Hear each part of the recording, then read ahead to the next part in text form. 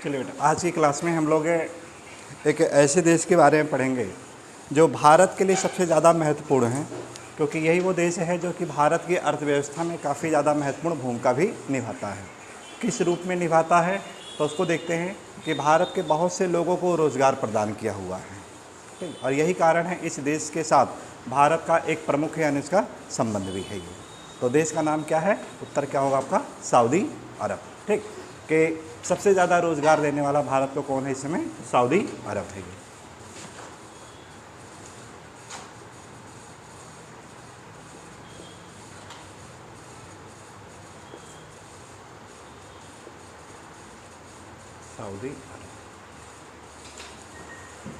Saudi अरब की अगर सीमाओं की बात करें हम लोग इसके, ठीक, तो सऊदी अरब के जो उत्तर और पश्चिम वाला जो क्षेत्र है, यहाँ पे एक आपको खाड़ी मिलता है ये। और क्या नाम है इस खाड़ी का? तो उत्तर क्या होगा? अकाबा की खाड़ी। अकाबा की खाड़ी। इसके पश्चिमी भाग में एक सागर मिलेगा और उस सागर का नाम क्या है? लाल सागर। लाल सागर स्थित है। इसके दक्षिण वाले भाग में देखें तो यहाँ पे आपको एक और सागर मिलता है और उस सागर का नाम क्या है? अरब सागर। अरब सागर। पूर्वी क्षेत्र में देखें तो यहाँ पर भी आपको एक सागर देखने को मिलेगा और इसका नाम क्या है? फारस की खाड़ी।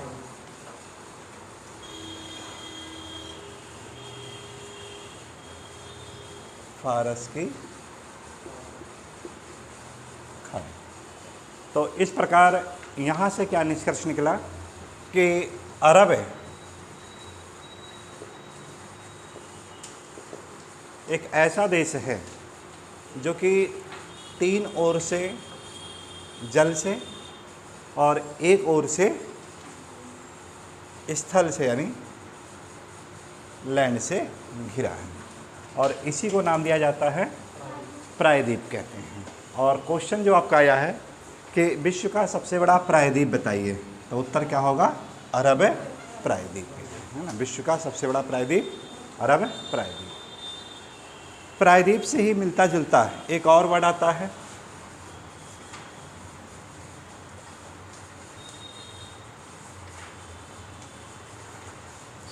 केप।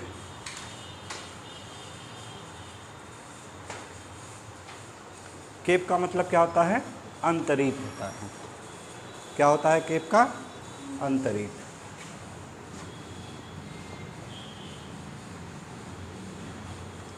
जैसे एग्जाम्पल आता है आशा अंतरीप, केप ऑफ गुड होप, है ना। Cape of good hope.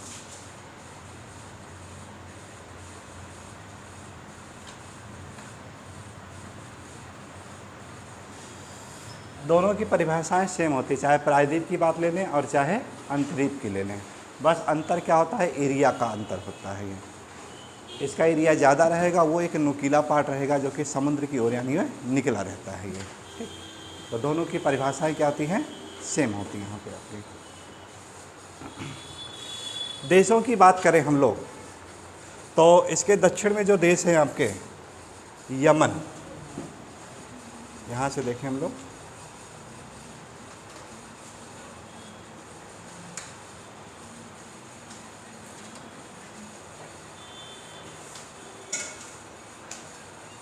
Yemen, ठीक। दक्षिण में जो देश है उसका नाम क्या है? यमन। और उसके बाद देखें तो ओमान,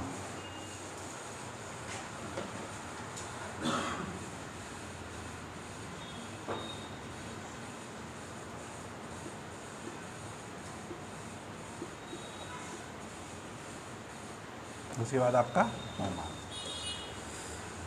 यहाँ पे जो देखिए ये वाला पार्ट ऐसे निकला हुआ है, ये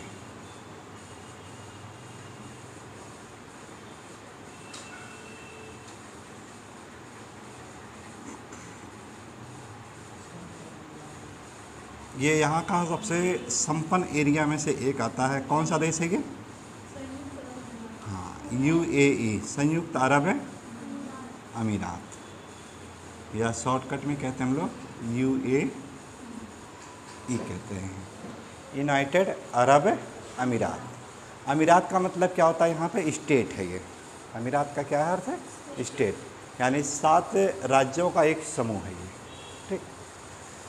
और इसी में देखिएगा एक है जैसे मोतियों का देश कहते हैं हम लोग। क्वेश्चन आ चुका है कि मोतियों का देश किसे कहते हैं, तो उत्तर क्या कहेंगे आप लोग? मोतियों का देश किसे कहा जाता है? बहरीन, है ना? क्या उत्तर होगा? बहरीन। देखिए बहरीन नज़र आ रहा है मानचित्र में, बहरीन।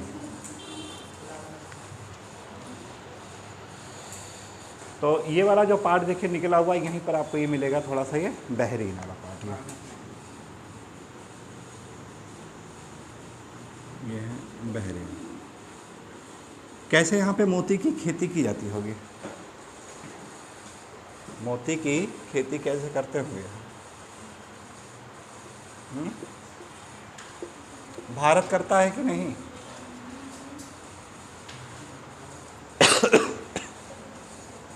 भारत भी करता है, लक्षद्वीप में स्टार्ट कर दिया इसने अपना, ठीक।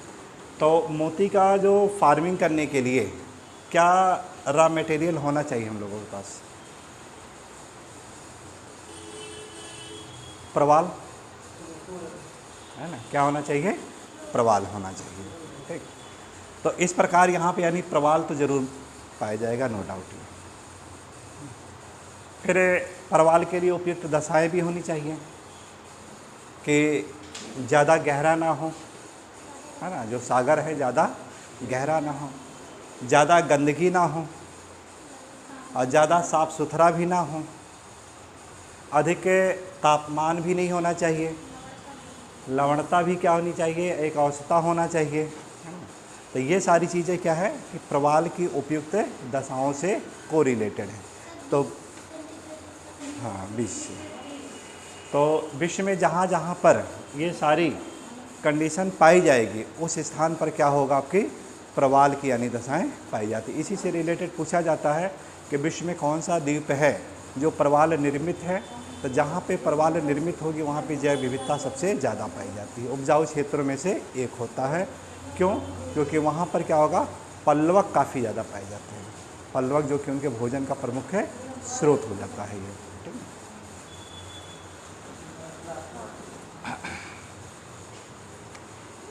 इस तरफ देखें तो यहाँ पे एक छोटा सा देश मिल जाता है, उसका नाम क्या है? कुवैत।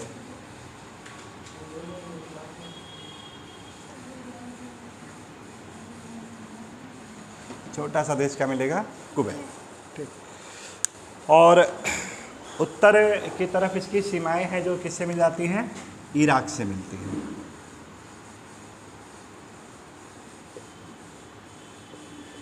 उत्तर में इसकी सीमाएं किससे मिली है? इराक के साथ मिल रही है। और इसके अलावा देखा जाए जॉर्डन है, जॉर्डन के साथ भी ये सीमा बना रहा है।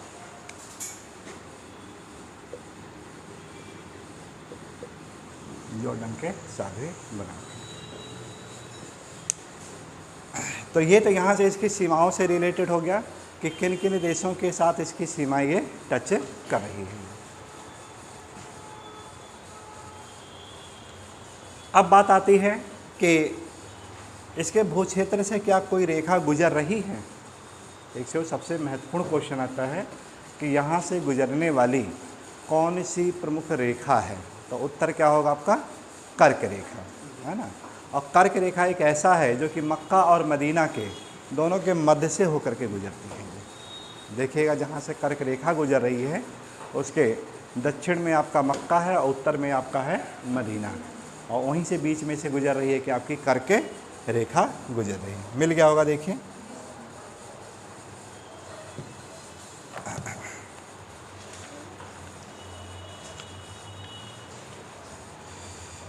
क्लियर हो गया? मक्का और मदीना जहाँ जहाँ पे हैं दोनों।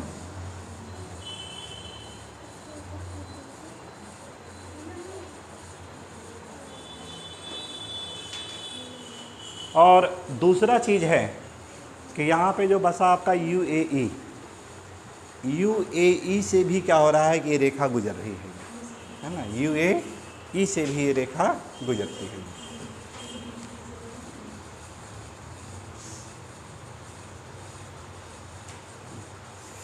ये आपका 23.5 डिग्री नॉर्थ। उसी के दक्षिण में जो प्लेस है उसका नाम रहेगा मक्का।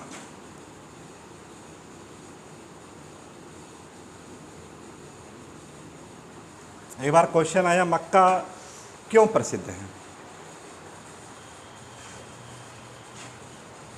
तो लोग जो जानते थे वो तो ठीक है, और जो नहीं जानते थे तो मक्का को यानी पॉपकॉर्न के रूप में लिखना शुरू कर दिए। मक्का उत्तर भारत में बोई जाने वाली एक प्रमुख खरीफ की फसल है। यूएसए में जो मक्का होता है वो काफ़ी पौष्टिक होता है, हमारे यहाँ पौष्टिकता की कमी होती है। मक्के का लोग आटा बना करके उसकी रोटियां बना करके खाते, तरह तरह की चीज़ें सब यानी लिखना शुरू कर दी। ठीक, तो बहुत सी चीज़ें ऐसे होंगी जो कि यहाँ पे द्विअर्थी के रूप में मिलेगा आपको, कि सामान्य रूप से भूगोल में कुछ और है और वास्तविकता कुछ है और है ये। ठीक है ना। अब दे दिया जाए कि क्वेश्चन अगर आ जाए, क्वेश्चन दे दिया जाए भूगोल में ही, मक्का क्या है, अब उसमें दे दिया जाएगा नंबर 1 खदान है, नंबर 1 दूसरा नगर है।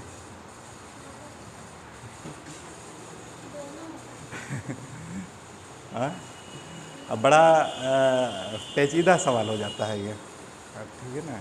और उसमें हम लोग सोचते हैं कि काश ये एक ऑप्शन और मिल जाता उसमें कि उपरोक्त दोनों, तब तो ठीक है। और भाई जब वो ना दे तो वहाँ पर क्या होता है, फिर आयोग के ऊपर यानी डिपेंड कर दिया जाता है वो क्या मानता है वो। ठीक, तो एक आध क्वेश्चन आपको इस तरह से ऐसा मिलेगा कि आपके अनुसार ये होना चाहिए लॉजिक के रूप में। ठीक, लेकिन दूसरा है वो आपका किस सेंस में पूछा गया है। हो सकता है कि मक्का में उस समय कोई ऐसी घटना घटी हो, है ना, कि जिसकी वजह से वो चर्चा का विषय बन गया हो, इस वजह से वो पूछ लिया गया हो। ठीक, तो इसलिए क्या है, अप टू डेट रहना भी ज़रूरी हो जाता है इसमें। ठीक है, तो मक्का क्यों प्रसिद्ध है, तो उत्तर क्या होगा आपका, मक्का क्यों प्रसिद्ध है, मोहम्मद साहब का जन्म स्थान है ये। ठीक, जो मुख्य रूप से इसकी प्रसिद्धि का, लोकप्रियता का ये मूल जो विषय है आपका, तो क्या है, मोहम्मद साहब का जन्म स्थान। कब हुआ था इनका जन्म,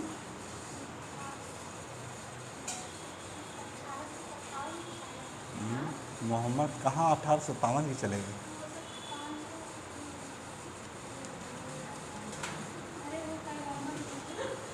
पैगंबर मोहम्मद साहब।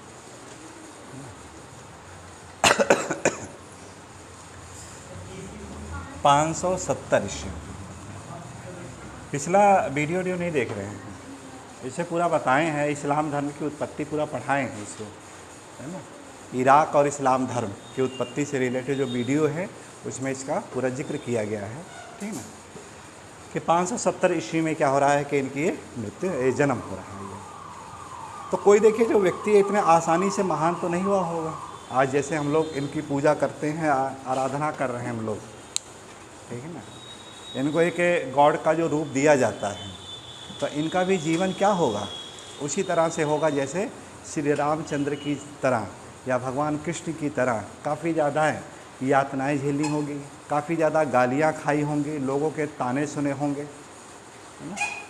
तो एक चीज़ तो ये तय है, मान के चलिए, जो व्यक्ति जितना ज़्यादा ठोकर खाएगा और जितना ज़्यादा ताने सुनेगा, जितना ज़्यादा गालियाँ सुनेगा, जितनी ज़्यादा आलोचनाएं होगा, वो व्यक्ति उतना ही ज़्यादा महान होगा। ये भी आपका तय है, नो डाउट।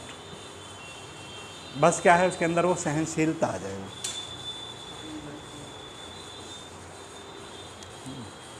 ऐसे एक जगह था, ऐसे बताए तो कहे कि ठीक है सर, अब आज से हम आपको क्या करेंगे, रोज़ 2-4 गालियाँ दिया करेंगे।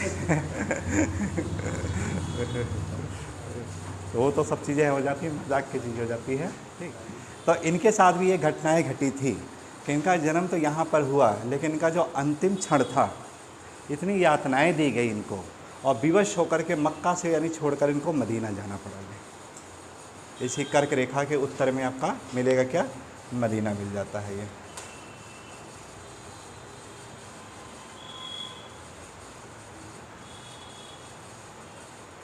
और जब वो मक्का से मदीना जा रहे हैं तो जो डेट आती है वो सबसे ज़्यादा इम्पोर्टेंट हो जाता है। क्वेश्चन आता है कि मोहम्मद साहब को मक्का से मदीना छोड़कर कब जाना पड़ा, तो उत्तर क्या होगा आपका 622 ईस्वी को। और इस्लाम धर्म में देखा जाए ये 622 ईस्वी काफ़ी ज़्यादा इम्पोर्टेंट हो जाता है, ठीक, क्योंकि इनका जो कैलेंडर है वो यहीं से आपका वो उत्पत्ति यानी मानी जाती है। और इसी को ये लोग यानी जो मनाते हैं हिजरी संवत के रूप में सेलिब्रेट करते हैं। किसके रूप में है, हिजरी संवत।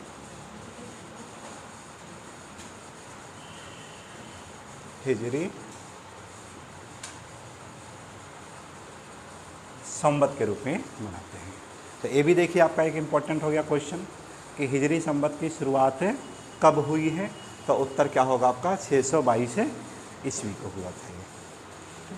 इसके 10 साल के बाद ही इनका देहांत हो जा रहा है ना, यानी इसके बाद है ज़्यादा वो जीवित भी नहीं रहे। और अंततः क्या हो रहे हैं कि 632 ईस्वी में इनका यानी देहांत हो जाता है। इनका जो एक सबसे पवित्र महीना है इस्लाम धर्म का, क्या बताया गया था, रमज़ान का महीना है ना।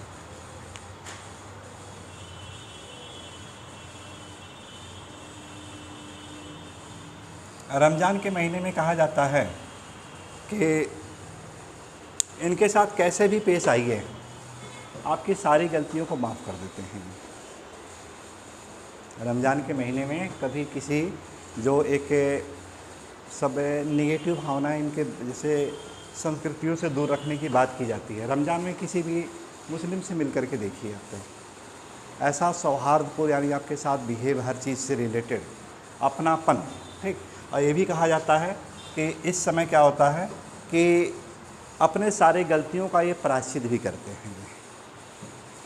अंदर की सारी बुराइयां होती हैं जो, ऐसी बात नहीं, जानते हैं कि बुराइयां हैं इनके अंदर, हर इंसान के अंदर है, ठीक। तो जैसे हम लोग देखिए नवरात्र में क्या करते हैं, अपने बुराइयों का पश्चाताप करते हैं कि 9 दिन के अंदर हम लोगों को कोई यानी गलत चीज़ का सेवन नहीं करना है, ऐसा होता है। यहाँ तक कि देखिए क्या होगा कि आसपास के लोग हैं जो, कुछ लोग हैं अंडे की दुकान लगाना छोड़ देते हैं, है ना, मांस वांस की दुकान है वो बिल्कुल यानी बंद कर देते हैं, ये सारा चीज़, ठीक। गौ हत्या से रिलेटेड सारी चीज़ें इन पर यानी पूरा का पूरा ये बैन लगा रहता है। यानी कुछ इस तरह से ऐसा कार्य नहीं करते हैं, यानी चोरी वोरी भी इस तरह से नहीं करेंगे, है ना। तो ये सब चीज़ें क्या है कि हम लोगों को नेक इंसान की तरफ, नेक रास्ते की तरफ ले जाने का एक प्रयास करता है। तो इसलिए कहा जाता है जो धर्म होता है, धर्म का जो मूल उद्देश्य है क्या बनाया गया है कि व्यक्ति को नेक राह पर चलने की एक बात करता है, क्योंकि हर व्यक्ति में समय और परिस्थितियों के अनुसार उसकी सोच परिवर्तन है, नो डाउट। कभी कुछ और है तो कभी कुछ और है ये, लेकिन ये एक ऐसा अवसर देता है कि जहाँ पर हम अपनी गलतियों को क्या कर दें, प्रायश्चित कर सकते हैं, ठीक। लोग करते भी हैं, दान दक्षिणा भी करते हैं, भंडारा है, इस तरह से करते हैं कि जो गलत तरीके से कमाया गया जो धन होता है उसको किस तरह से सदकार्य में इसको प्रयोग करते हैं। कुछ लोग हैं इसकी आलोचना भी करते हैं, कहते हैं कि भंडारे का खाना नहीं खाना चाहिए, ये भी है। लोगों का अपना अपना लॉजिक, कहते हैं कि भंडारे का जो बनाया जाता है सारा चीज़, उसमें 90% जो पैसा लगाया जाता है करप्शन का होता है। उनका अपना तर्क है ना, ये उनका अपना तर्क है। उनका क्या मानना है एक वर्ग का कि जो दान दक्षिणा दिया जाता है, जो पाप की कमाई होता है उसी में से कुछ ले जा करके चढ़ावा कर देते हैं, तो वो धन आया कहाँ से, ये भी देखिए अपना है। तो सब विवाद के बने हुए मुद्दे, सारी चीज़ें अपनी अपनी जगह पे है ये, ठीक। तो यहाँ से देखिए क्या है कि हम लोगों ने देखा कि 570 ईस्वी में मोहम्मद साहब का जन्म, 622 ईस्वी में हिजरी संवत और 632 ईस्वी में मोहम्मद साहब की मृत्यु। सारी घटनाएं कहाँ पे हो रही हैं? तो उत्तर क्या होगा आपका? यहीं पर हो रहा है, ये सऊदी अरब में होता है। और इसी में देखिए एक चीज़ और है कि हर मुस्लिम को एक चीज़ कहा जाता है कि अपने जीवन काल में एक यात्रा इसकी ज़रूर करनी चाहिए, इसे हज कहते हैं। जैसे हम लोग भी हिंदू धर्म में ऐसी मान्यताएं हैं कि जो 4 तीर्थ बनाए गए हैं, उन 4 तीर्थ की यानी अंत तक यानी कहीं ना कहीं उसकी यात्राएं करनी चाहिए। इसी तरह से इनके अंदर भी ऐसा ये किया गया है। जब देखिए एक कल्चर को दूसरे कल्चर से जोड़ करके करते हैं तो एक दूसरे के क्या है, काफ़ी सिमिलरिटी दिखाती है ये, है ना। कल्चर में काफ़ी सिमिलरिटी है ये, है ना। जैसे हम लोग यहूदी धर्म के बारे में पढ़ा कि उनका एक पवित्र त्यौहार यू कीपर, जो कल पढ़ाए थे, यू कीपर का वार जो था आपका, ठीक। तो यू कीपर है क्या चीज़? यहूदियों का मनाए जाने वाला सबसे पवित्र त्यौहार होता है। और उसी त्यौहार पर मिस्र वालों ने षड्यंत्र रचा था कि जब वो लोग अपना त्यौहार मना रहे होंगे तो उसी समय हम लोग क्या करेंगे, इनके ऊपर अटैक कर देंगे। लेकिन हुआ क्या? जस्ट उल्टा हुआ। उधर से अटैक किए और वो युद्ध अंत वो जीत गया। इतनी बुरी तरह से मिस्र को हराएं कि इनका ये जो क्षेत्र था सिनाई प्रायद्वीप वाला, पूरा का पूरा कैप्चर कर लिया सब चीज़ें। तो इस तरह से देखें, जो हम लोगों के सिलेबस में है कल्चरल ज्योग्राफी, ठीक। तो कल्चरल ज्योग्राफी में केवल एक चीज़ को ही नहीं केवल हिंदू धर्म को ही मत लेके चलिएगा, हर धर्मों के बारे में मेन चीज़ जानते रहेगा। क्वेश्चन हर जगह से पुटअप हो रहे हैं, चाहे यहूदी धर्म है, चाहे क्रिश्चियन धर्म है, चाहे इस्लाम धर्म है, चाहे पारसी है, चाहे बुद्धिस्ट है। तो सबके कल्चर को क्या करना पड़ेगा, आपको जानना ज़रूरी है। उनके रहन सहन, उनके व्यवसाय से रिलेटेड, उनके खान पान पहनावे से रिलेटेड, वो सब क्या हो जाता है, इसके कल्चर के अंतर्गत शामिल किए जाते हैं, ठीक है। तो यहाँ का जो वेस्टर्न वाला जो पार्ट है, ये पूरा का पूरा देखिए कि आपका ये इस्लाम कल्चर पर डिपेंड है पूरा ये। फिर बात आती है कि यहाँ पे कौन से लोग ज़्यादा रहते हैं, तो उत्तर क्या बताएंगे, इस्लाम धर्म, है ना। मुस्लिम बहुल देश हैं, और मुस्लिम बहुल देशों में से भी देखा जाए तो किसकी ज़्यादा प्रबलता है, तो उत्तर क्या होगा, सुन्नी की ज़्यादा है ना। यहाँ पर क्या है, सुन्नी मुसलमान सबसे ज़्यादा हैं।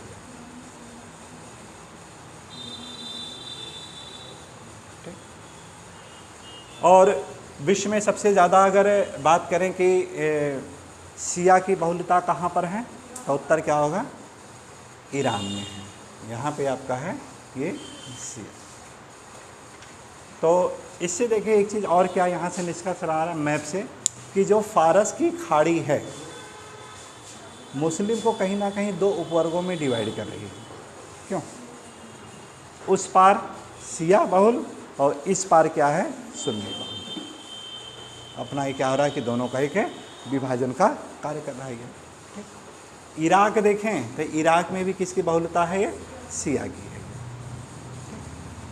तो ए भी क्वेश्चन आपका इम्पोर्टेंट है। ईरान, इराक है, ए भी है, और आपका जो सुन्नी बहुल आपका है, ये भी आपका बहुल।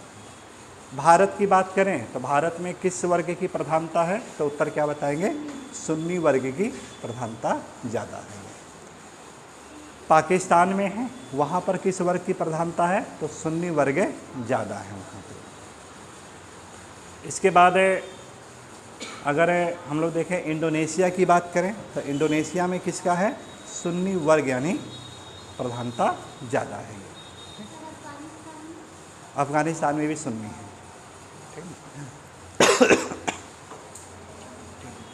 तो दोनों का जो कल्चर होता है सबका अपना अलग अलग है, ठीक है ना। दोनों का कल्चर है अलग अलग है। एक है जो कि परंपरावादी के रूप में जीने का प्रयास करते हैं, और एक है जो कि मॉडर्नाइज की तरफ जा रहे हैं। नहीं, त्यौहार तो दोनों मनाते हैं। इस्लाम धर्म को दोनों मानेंगे, मोहम्मद साहब की दोनों ही आराधना करेंगे, ठीक। तो इनका जो कल्चर रहन सहन है वो क्या है, कहीं ना कहीं डिपेंड अलग अलग आ जाएगा, ठीक है। तुर्की में ऑटोमन साम्राज्य सुन्नी से रिलेटेड आपका है, ठीक है।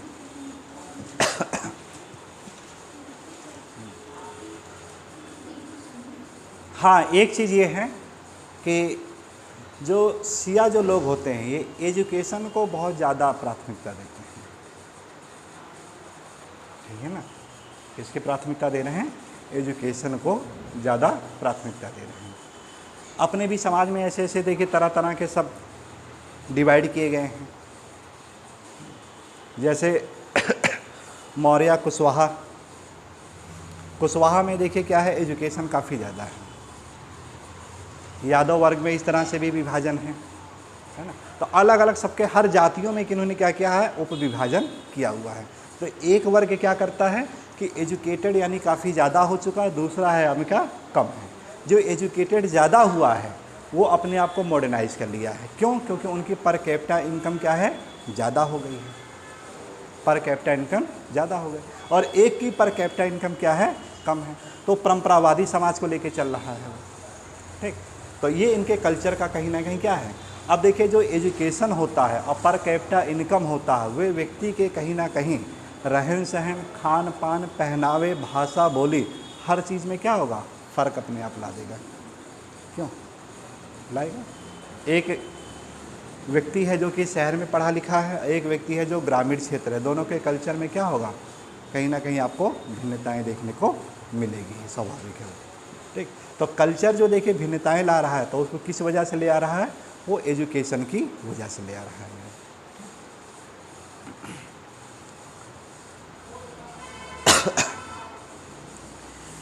एरिया की बात करें इसका हम लोग, तो एरिया देखिए जितना भी पश्चिम एशिया है, तो पश्चिम एशिया का लगभग 80% जो भाग है, लगभग 80% जो भूभाग है वो क्या आपका, ये सऊदी अरब का विस्तार है, ठीक। यानी इस तरह से ये क्या हो जाता है कि पश्चिम एशिया का सबसे बड़ा देश हो जाता है।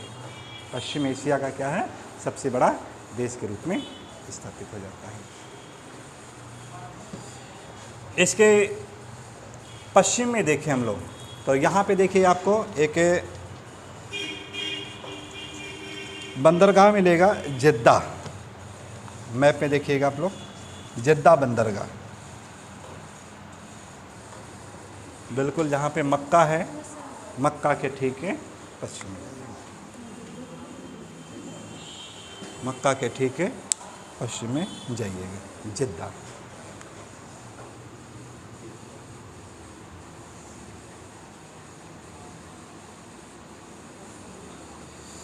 तो यहाँ के अगर सबसे बड़े बंदरगाह की बात करें कि सबसे बड़ा बंदरगाह कौन सा है, तो उत्तर क्या बताएंगे, जेद्दा बंदरगाह है। ये इंटरनेशनल एयरपोर्ट भी स्थापित किया गया है इसी को, है ना। क्या बनाया गया है, इंटरनेशनल एयरपोर्ट भी स्थापित किया गया है। और बताया जाता है कि जेद्दा का जो आपका जो फाटक है यहाँ का, ये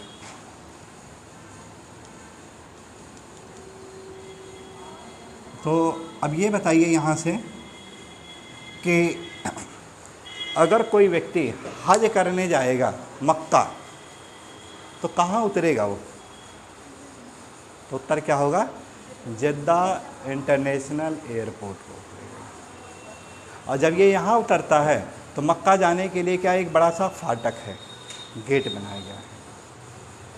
किस व्यक्ति को जाना है, किस व्यक्ति को नहीं जाना है, वहाँ पर एक अलाउ होता है, सबको वहाँ पे प्रवेश रोक होती है, सब लोग नहीं जा सकते हैं, ठीक है, क्योंकि भीड़ काफ़ी ज़्यादा होती है ये सब चीज़ें। तो यहाँ का जो फाटक है, गेट, उसी को जेद्दा फाटक को क्या कर दिया गया है, विश्व धरोहर की सूची में शामिल कर दिया गया है इसको।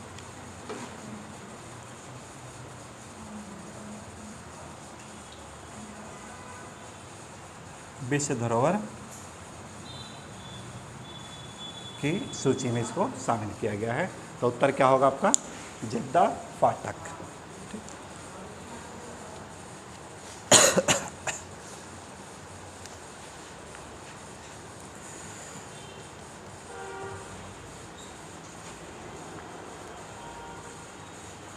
इसके अगर भू क्षेत्रों की बात करें हम लोग, इसका जो पश्चिम वाला जो भाग है ये पूरा का पूरा आपका पर्वतीय है। ये जो पश्चिम वाला जो इस तरह से ये पूरा आपका जो पार्ट आता है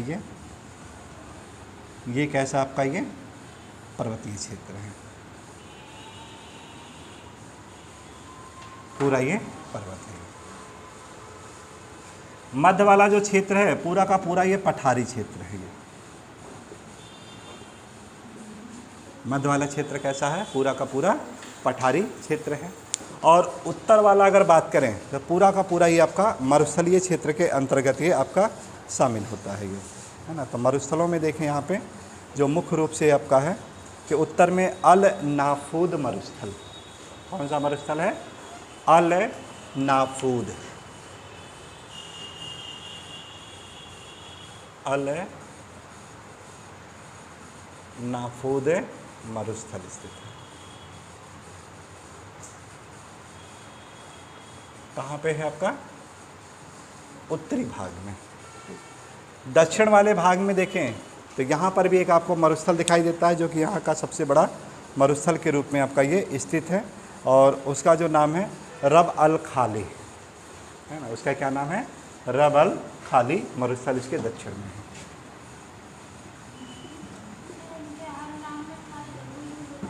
रब अल खाली मरुस्थल है।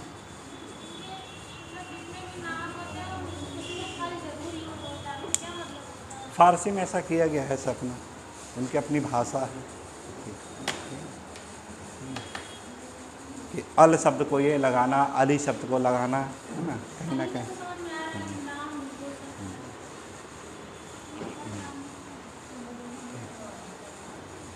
जैसे अब चाइनीज में है तो उसमें देखिए चा वर्ग की सबसे ज़्यादा प्रधानता रहती है, ठीक। इसी तरह से मलयालम जो वर्ड होता है उसमें ला काफ़ी ज़्यादा यूज़ किया जाता है। तो सबका एक अपना भाषा और बोली है ये, है? अपने यहाँ अपने यहाँ तो एक तो बे वर्ड है काफ़ी ज़्यादा, कस बे इलाहाबाद में। चलिए, तो इस तरह से देखिए इसका भूभाग कैसा मिला। तो उत्तर क्या होगा कि पश्चिम वाला भाग कैसा है, पर्वतीय है। उत्तर वाला जो भाग है मरुस्थलीय है। मध्य वाला भाग है वो कैसा है, पठारी है। और दक्षिण वाला भाग कैसा है, मरुस्थलीय है। तो एक तरह से यानी यहाँ पे एक तो क्लियर हो गया कि यहाँ की जो मिट्टी है वो कैसी है, उपजाऊ है नहीं, ये तो साफ हो गया। पानी का अभाव, पानी का अभाव इसी क्षेत्र में बताया जाता है। एक ऐसी नदी है जिसमें पानी नहीं होती है, जल है ही। अब कौन सी नदी है वो, छोटी क्लासों में हम लोग पढ़े थे इसके बारे में। एक जीएस वाली जीके वाली जो किताब आती थी तो उसमें था डी नदी। कौन सी नदी है, डी नदी सऊदी अरब में प्रवाहित होती है, जिसमें पानी है ही नहीं। तो अब बताइए, अब यहाँ के लोग करें क्या। प्रकृति इनको लिए पेड़ पौधे वनस्पतियाँ प्रदान की नहीं हैं, खेत इनके पास है नहीं, क्या अब ये खाएं। अब ये समस्या अब तो इनके साथ ये हो जाती है, समस्या इनके साथ ये है। तो करें क्या। तो ये लोग करते क्या, अपना जीवन कैसा व्यतीत करते हैं, खाना बदोशी जीवन, बंजारों की तरह कि खाना बदोशी के रूप में कि अपना एक झुंड लेकर के चलते हैं, अपना एक काफिला इनका जाता है। और गारा नाम सुने हम लोग, गारा क्या है, भूगोल में है ना, जहाँ पे ऊँटों का काफिला जाता है, जो गलियारा होता है, जो शिप बनाई जाती है, जो आकृति है निक्षेपात्मक स्थलाकृति अर्धचंदाकार के रूप में होती है, और वहीं से जो इनका ऊँटों का काफिला जाता है उसी को क्या नाम दिया जाता है, गारा कहा जाता है। भौतिक भूगोल में जब हम लोग मरुस्थल के द्वारा निर्मित स्थलाकृतियों को पढ़ते हैं तो वहाँ पे वर्ड आएगा ये सारा चीज़, ठीक। तो इस प्रकार यहाँ पे ऊँटों का काफिला इनका, ये लोग करते क्या हैं अपने जीवन यापन के लिए कि पशुओं को पालना इनका यानी मुख्य व्यवसाय है। और पशुओं को जो पालते हैं परिवहन के रूप में तो करेंगे, इसके अलावा क्या है उनको खाने पीने के रूप में भी प्रयोग करेंगे, मांस के रूप में। तो अगर देखिए प्रकृति इनको किसी तरह से हमारा जैसा भौतिक स्वरूप अगर इनको मिल जाए, दे दे, प्रदान कर दे, तो इनको भी देखिए क्या होगा, साग सब्जी आसानी से मिल जाएगा। तो इनकी जो एक प्राथमिकता है मांस खाने की, वो कम होगी कि नहीं होगी? जाहिर सी बात है कम होगी। ठीक है, तो प्रकृति ऐसा ये वातावरण इनको ऐसा देती है कि ये उसको यानी खाने के लिए उसको विवश हो जाते हैं। तो किस विचारधारा की तरफ हम लोग जा रहे हैं? नियतिवादी की तरफ जा रहे हैं। किसकी तरफ जा रहे हैं? नियतिवादी की तरफ जा रहे हैं। लेकिन धीरे धीरे जब देखिए क्या हो रहा है, इनकी अर्थव्यवस्थाएं जब ऊपर की ओर उठेगी तो नियतिवादी से किधर जाएंगे? ये पॉसिबिलिज्म की तरफ आएंगे। ये यानी एक ऐसा देश है ये कि इन सब के अभाव में भी वो क्या कर रहा है? कृषि करने का प्रयास कर रहा है धीरे धीरे। कि भूभाग कैसा है? उपजाऊ नहीं है, उसके बावजूद भी किसी तरह से, चाहे ये लाल सागर हो, चाहे अरब सागर हो, चाहे फारस की खाड़ी हो, यहाँ से जल की उपलब्धि लेकर के और अपने भाग में सिंचाई का उपयुक्त वातावरण बना करके वहाँ पे खेती करने का प्रयास कर रहा है। इसमें नो डाउट है। हो सकता है आने वाले समय में और कुछ ऐसी टेक्नोलॉजी आ जाए, क्योंकि अब देखिए प्रेजेंट टाइम में क्या है, अपलिफ्टिंग जो कैनाल है धीरे धीरे अब क्या है, इसकी प्रबलता बहुत तेज़ी से बढ़ रही है कि पानी को काफ़ी ऊंचाई पर ले जाए और वहाँ से स्लोप देकर को गिराया जाए। जैसे मान लीजिए कि अपने यहाँ इधर चित्रकूट की तरफ चले जाएं, बांदा की तरफ चले जाएं, हमीरपुर की तरफ चले जाएं, पानी की सबसे बड़ी समस्या है वहाँ पर। लेकिन अपने यहीं पे देखें तो गंगा में जल की काफ़ी उपलब्धता है। अगर कुछ ऐसी टेक्नोलॉजी बनाएं कि यहाँ से हम लोग क्या करें, अपलिफ्ट कर दिया जाए पानी को और काफ़ी ऊंचाई से पानी को कम से कम 400-500 मीटर की ऊंचाई से और वहाँ से गिराएं, और फिर वही पानी देखिए क्या होगा, आसानी से हमीरपुर में पहुँच जाएगा। आने वाले समय में सारा चीज़ क्या होगा, देखेंगे हम लोग अपने आँखों से कि इस तरह से ऐसा हो रहा है। अभी तो ये सब कल्पनाएं लग रही हैं कि कैसे होगा ये, तो आने वाले समय में क्या होगा, बिल्कुल ये स्वाभाविक है, इस तरह से होगा। ये बिल्कुल सेम उसी तरह से होगा जैसा कि इससे पहले की बात है कि बालाजी जो मंदिर है हैदराबाद में, है ना, 1996 की 98 की घटना है, उस समय की बात है कि वहाँ पे सूखा पड़ गया था। और जब सूखा पड़ा तो परिणाम क्या हुआ कि जो प्रसाद वरसाद बनता है तो वो काफ़ी ऊंचाई पहाड़ी पर है वो। अब पानी वानी कैसे पहुंचाया जाए सारी चीज़ें, क्योंकि पानी वहाँ पर होता क्या है कि जब वर्षा होती है, शेराचलम की जो पहाड़ी है ना, जब वर्षा होती है तो वर्षा का जो जल होता है, एक कुआं बना है खूब बड़ा सा, उसी में एकत्र किया जाता है और उसी के पानी से पूरे साल यानी प्रयोग करके प्रसाद बनाया जाता था ये। और जब वर्षा हुई नहीं तो क्या हाल होगा। तो वहाँ पे ये चीज़ें व्यवस्था की गई थी कि 40 दिन के अंदर ही अंदर पूरा यानी नीचे से ऊपर तक यानी पूरा पाइप चढ़ाया गया था और पानी नीचे से ऊपर तक अपलिफ्ट किया गया था। पूरी कंपनी जो थी वो बिल्कुल हार मान गई थी, है ना। बुलाया गया वहाँ पे जो कंपनी थी, जो विशाखापट्टनम से रिलेटेड आपका लो इस्पात कारखाना है, उनको बुलाया गया सीईओ को कि भाई ऐसा ऐसा यह समस्या आ रही है, इस प्रोजेक्ट को करना है, बताइए क्या करें। सीधे उन्होंने हाथ खड़े कर दिए कि इम्पॉसिबल सर, ये होगा ही नहीं क्योंकि हमारे पास उतना है ही नहीं। सीधे रक्षा मंत्री ने बस एक वर्ड कहा कि कुछ भी नहीं, मैं नहीं जानता, बस हर हाल में आपको ये करना है, प्रोजेक्ट टेंडर लेना है। अब उसके साथ समस्या हो गई। वहाँ का जो सीईओ था वो दूसरों को मीटिंग बुलाया, जो पाइप वाइप बनाते थे उनके सामने रखा कि ऐसी ऐसी बात है और गृह मंत्री का इस तरह से आदेश आया, ये करना है प्रोजेक्ट। लेकिन क्या है, बता रहे हैं कि सर बिल्कुल इम्पॉसिबल, हमारे जो मज़दूर थे आधे मज़दूर तो छुट्टी पे चले गए हैं, किसी हाल में ये होगा ही नहीं। सीईओ ने सीधे वही बात उनके सामने रख दी, मैं कुछ नहीं जानता हूँ, अगर आप अपना रोज़गार बनाए रखना चाहते हैं तो बस हर हाल में 40 दिन के अंदर अंदर ये प्रोजेक्ट तैयार करके दीजिए मुझे, और जितना यानी स्टील लगता है वो सारा का सारा मैं प्रोवाइड करूँगा। तो इस तरह से देख, एक इम्पॉसिबल जो कार्य होता है वो पॉसिबल की तरफ यानी कैसे चल जाता है। बताया जाता है मज़दूरों की संख्याएं काफ़ी ज़्यादा बढ़ा दी गई थी, है ना, बालाजी मंदिर के द्वारा, और अंततः 40 दिन के अंदर वो प्रोजेक्ट बन के तैयार हो गया।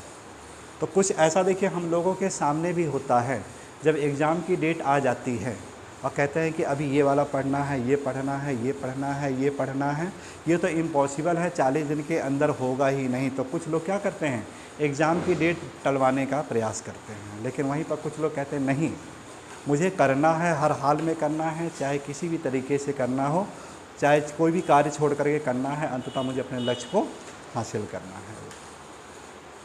तो जो टलवाने के चक्कर में पड़ जाते हैं, इधर उधर गुमराह के चक्कर में, वो इधर उधर फंसे रहते हैं। जिनको क्वालिफाई करना रहता है वो 40 दिन के अंदर अपना पूरा सिलेबस तैयार करके अपने टारगेट को अचीव कर ले जाते हैं।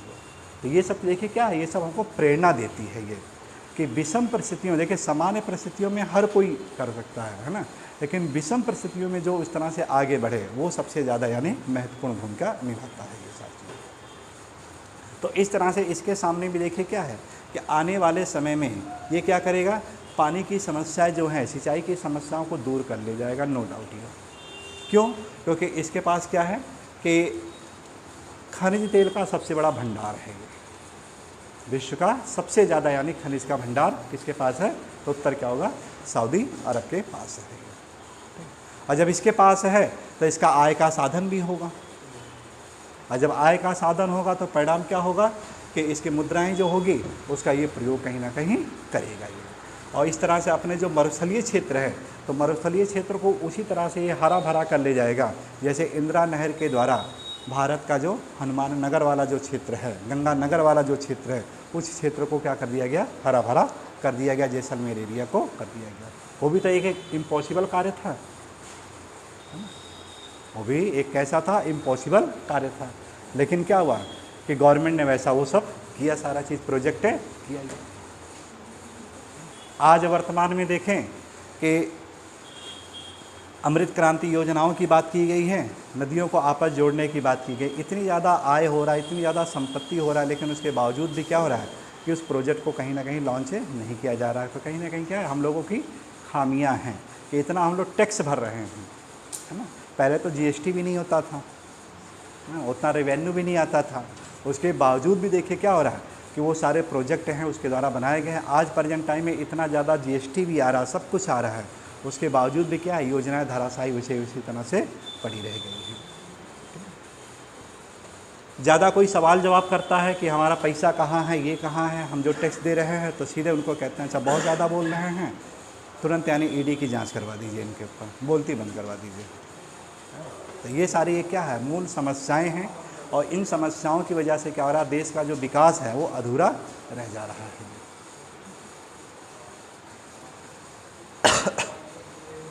इसकी अगर राजधानी की बात करें हम लोग, तो राजधानी देखिए इसका मध्य क्षेत्र में आपको ये नज़र आएगा, ये जहाँ पे मक्का है, तो मक्का के पूरब में जाएंगे, कर्क रेखा के जस्ट ऊपर आपका है रियाद।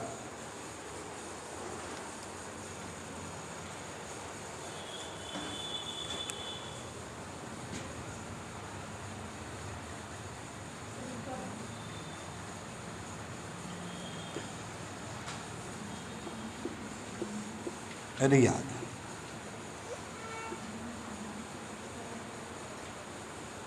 इसकी ये राजधानी है।